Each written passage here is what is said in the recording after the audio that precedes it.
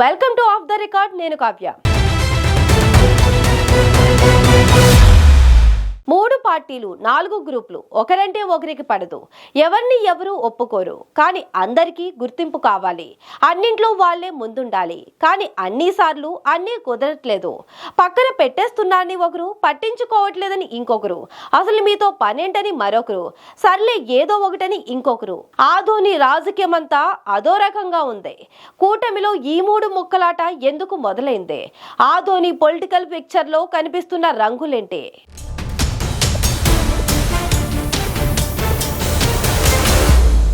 కూటమి అధికారంలోకి వచ్చి ఏడాదైన గడవక ముందే కర్నూలు జిల్లా ఆదోని రాజకీయం అదో రకంగా మారిపోయింది. గత ఎన్నికల్లో కూటమి అభ్యర్థిగా బీజేపీ నుంచి డాక్టర్ పార్థసారథి గెలిచారు. ఆదోని ప్రజలు మార్పును బలంగా కోరుకోవడంతో స్థానికేతరుడు అయినప్పటికీ పార్థసారథికి పట్టం కట్టారు. ఎన్నికల్లో గెలుపు తర్వాత కొన్ని నెలల వరకు బాగానే ఉన్నా ఇప్పుడు కూటమిలో వర్గపోరు మొదలైందనే టాక్ బలంగా వినిపిస్తోంది. ప్రధానంగా తెలుగుదేశం పార్టీలోనే మాజీ ఎమ్మెల్యే మీనాక్షి నాయుడు వర్గం, మహిళా నేత గుడిసె కృష్ణమ్మ గ్రూపులు కొనసాగుతున్నాయి.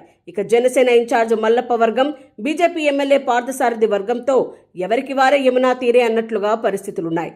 ఇదే లోకల్ పాలిటిక్స్ లో కొత్త హీట్ పుట్టిస్తోంది.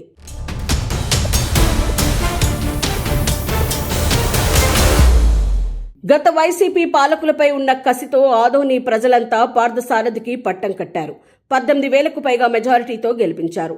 వైసీపీకి వెన్నుదన్నుగా ఉంటూ వస్తున్న ముస్లిం మైనారిటీలు సైతం బీజేపీ వైపు మొగ్గు చూపడం అందరినీ ఆశ్చర్యపరిచింది. కానీ కొద్ది నెలల్లోనే ఆదోనిలో పొలిటికల్ పిక్చర్ మారిపోయింది.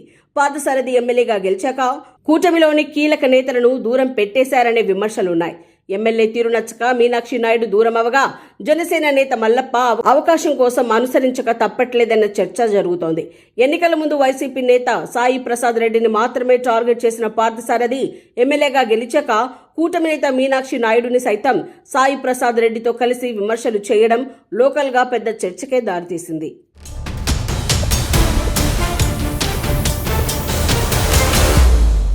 ఆదోని కూటమి నాయకుల మధ్య ఏర్పడిన వర్గ విభేదాలపై అధిష్టానం దృష్టి పెట్టినట్లు తెలుస్తోంది.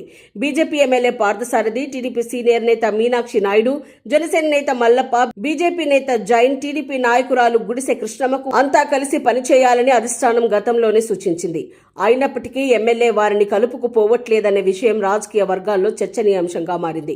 ఇక ఓపిక నశించిన తెలుగు తమ్ముళ్లు తమ పరిస్థితిని జిల్లా ఇన్ఛార్జ్ మంత్రి నిమ్మల రామానాయుడు దృష్టికి తీసుకెళ్లారు. తమ నాయకుడు మీనాక్షి నాయుడుని ఎమ్మెల్యే పార్థసారథి కలుపుకుని వెళ్లడం లేదని, టీడీపీ క్యాడర్ ని కూడా పట్టించుకోవడం లేదని, జిల్లా పర్యటనలో అడ్డుకొని మరీ అన్ని చెప్పేశారని, దాంతో కర్నూలు గెస్ట్ హౌస్ లో జిల్లా టీడీపీ నేతలతో మంతనాలు జరిపారు మంత్రి నిమ్మల.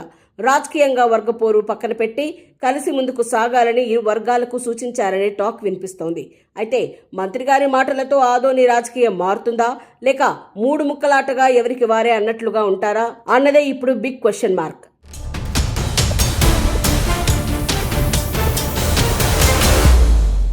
మరోవైపు పాత నేతలను పక్కన పెట్టి కొత్త నాయకుడికి పట్టం కట్టినా ఆదోన్లో అభివృద్ధి జరగడం లేదనే అభిప్రాయం నియోజకవర్గ ప్రజల్లో ఉందంటున్నారు.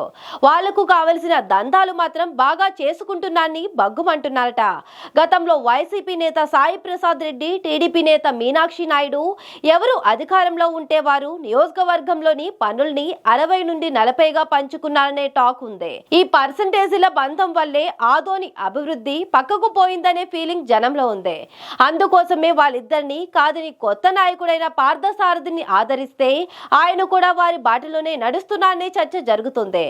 ఎర్రమట్టి మాఫియా, రేషన్ బియ్యం, ఇసుక, భూదందాలను అరికట్టడంలో విఫలమయ్యారని చెబుతున్నారు. గతంలో జరిగిన అక్రమాలన్నీ ఇప్పటికీ కొనసాగుతున్నాయని ఫైర్ అవుతున్నారు.